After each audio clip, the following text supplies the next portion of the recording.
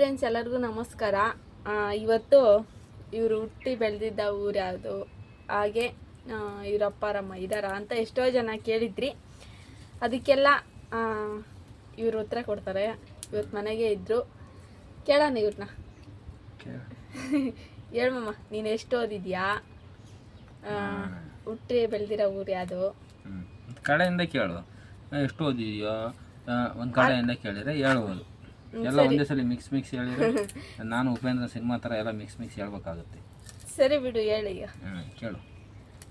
ಹುಟ್ಟಿ ಬೆಳೆದಿರೋ ಊರು ಯಾವುದು? ಸಿರಾ.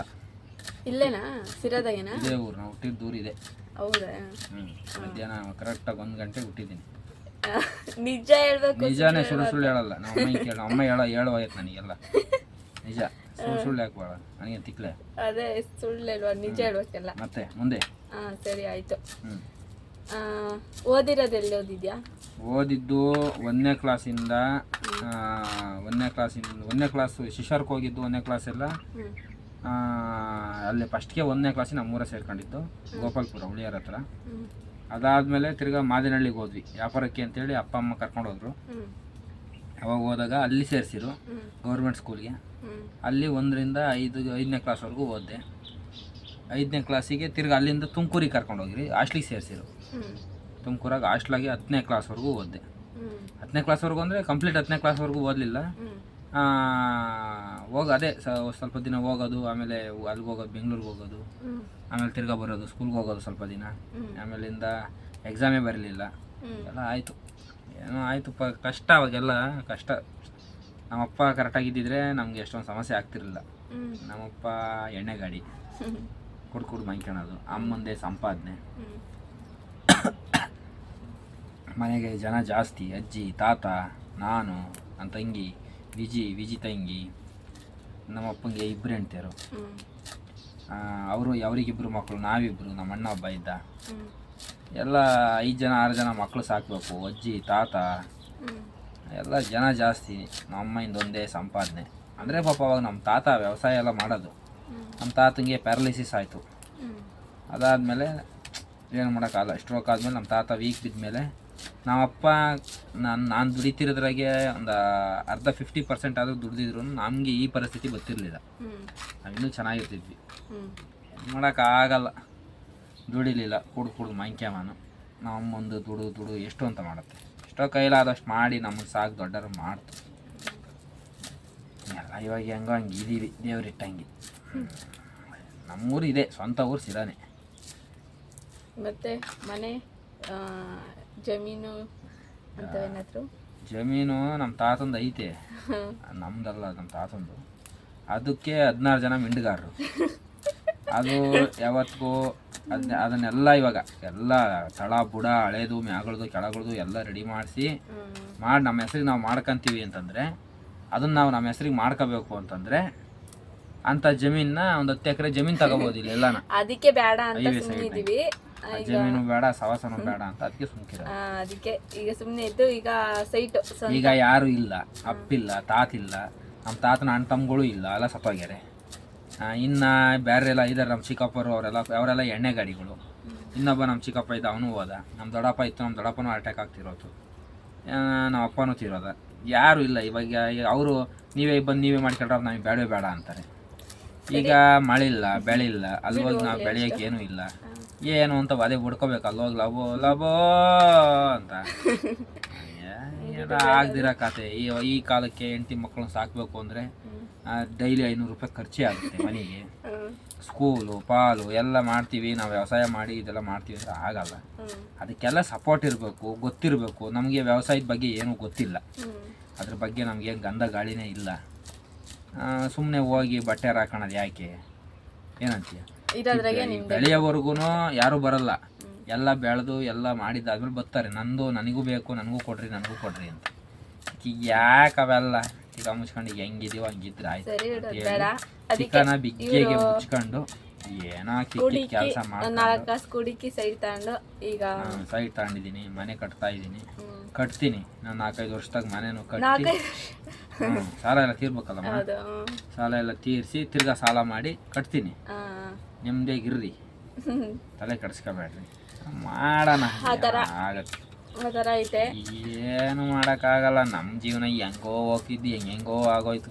ನಾನು ಸಣ್ಣನಾಗೆ ನಾನು ಚೆನ್ನಾಗಿ ಓದಿ ದೊಡ್ಡ ಶ್ರೀಮಂತ ಆಗಿ ಎಲ್ಲರಿಗೂ ದಾನ ಧರ್ಮ ಮಾಡಬೇಕು ಹಂಗೆ ಹಿಂಗೆ ಅಂತ ಎಲ್ಲ ನಾವು ಅನ್ಕೊಂಡಂಗೆ ಆಗಲ್ಲ ಮಮ್ಮ. ಏನು ಆಗಲ್ಲ. ಅನ್ಕೊಂಡಂಗೆ ಆಗಿದ್ರೆ ಎಷ್ಟೋ ಜನ ಅಂದ್ಕೊಂಡಂಗಾಗಿ ಬಿಟ್ರೆ ದೇವ್ರಿಗಿಲ್ಲ ಕೆಲಸ ನಂಗೆ ಅಂದ್ಕೊಂಡಂಗೆ ಯಾವುದು ಆಗಲ್ಲ. ಯಾವ ಟೈಮ್ಗೆ ಏನು ಆಗಬೇಕು ಅದು ಆಗ್ಬೇಕಷ್ಟೇ. ಆಗುತ್ತೆ ಅಷ್ಟೇ. ತಿಕ್ಕ ಮುಚ್ಕೊಂಡು ಇರ್ಬೇಕು ನಾವು ಅಷ್ಟೇ. ಜಾಸ್ತಿ ನಿಗ್ರಾಡಿದ್ರೆ ಎಡವಟ್ಟಾಗುತ್ತೆ. ನಿಗ್ರಾಡಕ್ಕೆ ಹೋಗಲ್ಲ. ಸೈಲೆಂಟಾಗಿದ್ದರೆ ಯಾವ ಟೈಮ್ಗೆ ಏನಾಗಬೇಕು ಅದು ಆಗ್ತಾ ಇರುತ್ತೆ. ಮಳೆ ಟೈಮಿಗೆ ಮಳೆ ಬರುತ್ತೆ, ಬಿಸಿಲು ಟೈಮಿಗೆ ಬಿಸಿಲು ಬರುತ್ತೆ, ಚಳಿ ಟೈಮಿಗೆ ಚಳಿ ಆಗುತ್ತೆ. ಯಾವ ಟೈಮ್ಗೆ ಏನಾಗಬೇಕು ಅದೆಲ್ಲ ದೇವ್ರು ಡಿಸೈಡ್ ಮದುವೆ ಜರ್ನಿ ಪ್ರಕೃತಿ ಡಿಸೈಡ್ ಮಾಡುತ್ತೆ. ಬಿಡುವುದು ಮದುವೆ ಜರ್ನಿ ಏನೈತೆ ಪುಟ್ಕೋಶಿ ಫಸ್ಟ್ಗೆ ಕರ್ಕೊಂಡೋದ್ರು.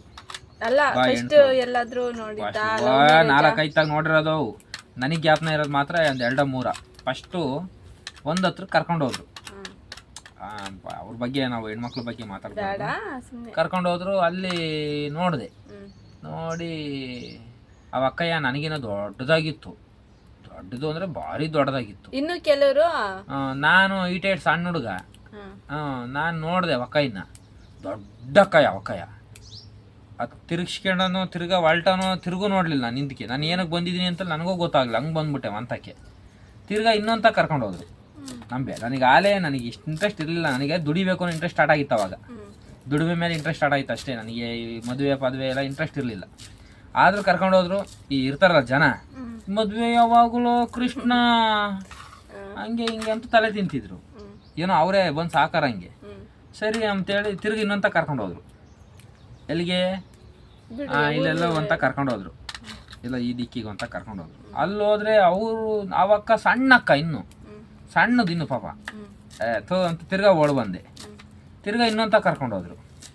ಅಲ್ಲಿ ಹೋದ್ರೆ ಅಲ್ಲೇ 3 ಜಾಗ ಕರೆಕ್ಟ್ 5 ಜಾಗ 3 ಜಾಗ. ತಿರ್ಗಾ ಅಲ್ಲಿ ಕರ್ಕೊಂಡೋದ್ರು. ಅಲ್ಲೂ ಸರೋಲಿ ನನಗೆ ಓಡ್ ಬಂದ್ಬಿಟ್ಟೆ. ಇನ್ನು ಕೆಲವ್ರ ಹತ್ರ ಗುಡ್ಲು ಅವ್ರದ್ದು ಗುಡ್ಲು ಮನೆ ಅದು ಇದು ಅಂತ ಅವ್ರು ಚಾಡಿ ಹೇಳೋರು. ಮಾಮೂಲಿ ಹೇಳ್ತಿರ್ತಾರೆ ನಮ್ಮರೆ ಅವರೆಲ್ಲ ಇರ್ಲಿ ಅದೆಲ್ಲ ಇರ್ಲಿ. ಅದೆಲ್ಲ ಚಾಡಿ ಚಂದ ಎಲ್ಲ ಆಯ್ತು. ಕುಡಿತಾನೆ ತಿಂತಾನೆ ತಿರುಗ್ತಾನೆ ಅದು ಇದು ಅಂತೆಲ್ಲ ಸೋದಿ ಮಾಮೂಲಿ ಅವೆಲ್ಲ ಅವರೆಲ್ಲ ಹೇಳಿರೋದು ನಿಜನೇ. 100ಕ್ಕೆ 100 ಸುಳ್ಳು ಹೇಳ್ಯಾರೆ. ಇರ್ಲಿ ಏನು ಪರವಾಗಿಲ್ಲ. ಅದರಿಂದ ನನಗೆ ನಷ್ಟ ಏನಾಗಲಿಲ್ಲ. ಅದು ದೇವರು ಏನೇ ಕೊಟ್ಟರು ದೇವ್ರು ಕೊಡಬೇಕು. ಏನೇ ಕಿತ್ಕೊಂಡ್ರು ದೇವರೇ ಕಿತ್ಕೋಬೇಕು. ಈ ಮಾಮೂಲಿ ಅಷ್ಟೇ. ಅದೇ ಹೇಳ್ತಿರೋದು. ಕೊಟ್ಟರು ದೇವರೇ ಕೊಡಬೇಕು, ಕಿತ್ಕೊಂಡ್ರು ದೇವರೇ ಕಿತ್ಕೋಬೇಕು. ಮನುಷ್ಯರು ಏನು ಕಿತ್ಕೊಳಕ್ಕಾಗಲ್ಲ. ಅದಾಯಿತು. ಅದಾದ್ಮೇಲೆ ನಿನ್ನ ನೋಡೋಣ ಅಂತ ಕರೆದ್ರು. ನನಗೆ ಅಲ್ಲೇ ಇಂಟ್ರೆಸ್ಟ್ ಹೊರಟೋಗಿತ್ತು. ಯಾವಾಗ ಇಂಥವನ್ನೆಲ್ಲ ಪಿಸ್ರು ಬಜ್ಜಿ ಎಲ್ಲ ನೋಡ್ಕೊಂಡು ಬಂದು ಅಲ್ಲೇ ನಾನು ಪಸರಾಗಿ ಹೋಗಿದ್ದೆ. ತಾಯಿನ ಆಯ್ಕೆ ಮದುವೆನೂ ಬೇಡ ಏನು ಬೇಡ ಆರಾಮಾಗಿ ಹಿಂಗೆ ಪೀಸಾಗಿ ಸಿಂಗಲ್ ಸಿಮ್ಮು ಥರ ಇದ್ಬಿಡೋಣ ಅಂತ ಫಿಕ್ಸ್ ಆಗಿದ್ದೆ. ಅವರು ಹಂಗೆ ಹಿಂಗೆ ಅಂತ ಉಪರ್ಲಿಕ್ಕಿ ತಿರ್ಗಾ ಕರ್ಕೊಂಡೋದ್ರು. ಅಯ್ಯೋ ಬಿಡಲ್ಲಪ್ಪ ಇನ್ನ ಅಂತೇಳಿ ಬೈದರು. ನಾನು ಬರಲ್ಲ ಅಂದರೆ ಬೈದು ಪೈದು ದೊಡ್ಡವರು ಹಿರಿಕರು ಬೆಲೆ ಕೊಡ್ಬೇಕಲ್ಲ. ಕೊಟ್ಟು ಹೋದೆ. ನಂದೊಂದು ಆಟೋ ಇತ್ತು ತಗೊಂಡು ನಿನ್ನ ನೋಡೋಕ್ಕೆ ಅಂತ ಬಂದ್ವಿ ಬೇಡ್ಸೋಗಿ. ನಿನ್ನ ನೋಡಿದ್ರೆ ನಾನು ನೋಡಿದೆ ಓಕೆ. ಅಲ್ಲಿ ಮನೆ ಇತ್ತಲ್ಲ, ಮನೆ ನಿಮ್ಮ ಚಿಕ್ಕಪ್ಪರದು. ನಾನು ಅವರು ನೋಡಿ ನಾವು ಗುಡ್ಲು ಮನೆಯಾಗಿರೋರು, ಇವ್ರು ಬಿಲ್ಡಿಂಗ್ನಾಗಿರೋರು. ನನಗೆ ಗೊತ್ತಿಲ್ಲ. ನಾನು ಇದೇ ನಿಮ್ಮ ಮನೆ ಅಂದ್ಕೊಂಬಿಟ್ಟಿದ್ದೀನಿ. ಬಿಲ್ಡಿಂಗ್ನಾಗಿರೋರು ಇವ್ರು ನನಗೆ ಹೆಣ್ಣು ಕೊಡ್ತಾರೆ. ಗೌರ್ಮೆಂಟ್ ಕೆಲಸ ಆಗಿರೋರಿಗೆ ಹೆಣ್ಣು ಸಿಗ್ತಾ ಇಲ್ಲ ಅಂತ ನಾನು ಫೀಲಿಂಗಾಗಿ ಇದಾಗ್ದಿರೋ ಕೆಲಸ ಬರ್ರಿ ಅಂತ ರೋಡದ್ದಕ್ಕೂ ಬೈಕೊಂಡು ಸುಮ್ಮನೆ 1000 ರೂಪಾಯಿ 2000 ರೂಪಾಯಿ ಖರ್ಚು ಮಾಡಿಸ್ತೀರಾ. ಆಟೋ ಗ್ಯಾಸ್ ವೇಸ್ಟು, ಒಂದಿನ ಕೆಲಸ ವೇಸ್ಟು, ನಾನೆಲ್ಲ ವ್ಯಾಪಾರಕ್ಕೆ ಹೋಗ್ತಿದ್ದಾನೆ ಹಾಳು ಮಾಡಿರಿ ಅಂತ ಬೈಕ್ ಹೋಗಿ ಕರ್ಕೊಂಬತ್ತಿದ್ದೆ. ಅವಾಗೆಲ್ಲ ಹೇಳಿರು, ಇಲ್ಲಪ್ಪ ಅವರು ನಮ್ಮಂಗೆ ಬಡವರು, ಏನಿಲ್ಲ ಎಲ್ಲ ಹೆಂಗೋ ಆಗುತ್ತೆ ದೇವ್ರ ಇದ್ದಾನೆ ಅಂತ ಹೇಳಿ ಕರ್ಕೊಂಬಂದರು. ಬಂದಮೇಲೆ ಸರಿ ಆಯಿತು ಅಂತ ನೀನು ನೋಡಿನ. ಅವಾಗ ಲವ್ ಫಸ್ಟ್ ಸೈಟು. ಆದ್ರೂ ಎಲ್ಲೋ ಒಂದು ಕಡೆ ನನಗೆ ಆಲೇ ಡೌಟು. ಯಾಕಂದ್ರೆ ಹುಳಿ ಹಿಂಡರ್ ಸಿಕ್ಕಾಪಟ್ಟೆ ಇದ್ರೆ ಹೇಳಿ ನಮ್ಮ ಲೈಫಾಗೆ. ಇವ್ರು ಹಿಂಡ್ತಾರಪ್ಪ ಏನೋ ಒಂದು ನಿಂಬೆಣ್ಣ ಕೆಡುತ್ತೆ. ಆಗ ಅದ್ರಾಗೆ ಬೇರೆ ನಿಮ್ಮ ಮೈ ಪಸರು ಮಾಡ್ದಾಗ ಮಾಡ್ತಿತ್ತು. ನಾನು ತಮ್ಮಂಗೆ ಕೇಳಬೇಕು, ತಮ್ಮನ ಹೆಂಡ್ತಿಂಗೆ ಕೇಳಬೇಕು, ಮಕ್ಳನ್ನ ಕೇಳಬೇಕು, ಅವರು ಅವ್ರನ್ನ ಕೇಳಬೇಕು ಅಂತ ಎಲ್ಲ ಹೇಳ್ತಿತ್ತ. ಸರಿ ಬಿಡು ಆಯ್ತು ಅಂತೇಳಿ ನಾನು ಹಿಂಗೆ ಹಂಗೆಲ್ಲ ಆಯ್ತಾ. ಅದು ಹಂಗಾಗಿ ಹಿಂಗಾಗಿ ಹೆಂಗೋ ಆಗಿ ಹೆಂಗೋ ಗಂಟು ಬಿದ್ದುಬಿಟ್ಟೆ ನೀನು. ಈಗ ಜೀವನ ಚೆನ್ನಾಗಿದೆ. ದುಡಿಮೆ ಮಾಡೋದೇ ಸ್ವಲ್ಪ ಕಷ್ಟ ಅಷ್ಟೇ. ಅಲ್ಲಮ್ಮ ಲೈವಲ್ಲಿ ನೀನು ಹೇಳ್ತೀಯಲ್ಲ ಮದ್ವೆ ಆಗ್ಬೇಡ್ರಿ ಅಂತ. ಹಾ ಮದ್ವೆ ಆದ ಮುಂಚೆ ಚೆನ್ನಾಗಿದ್ಯೋ ಹಾ ಇಲ್ಲ ಮದ್ವೆ ಆದ್ಮೇಲೆ ಚೆನ್ನಾಗಿದ್ಯೋ ಲೈಫ್?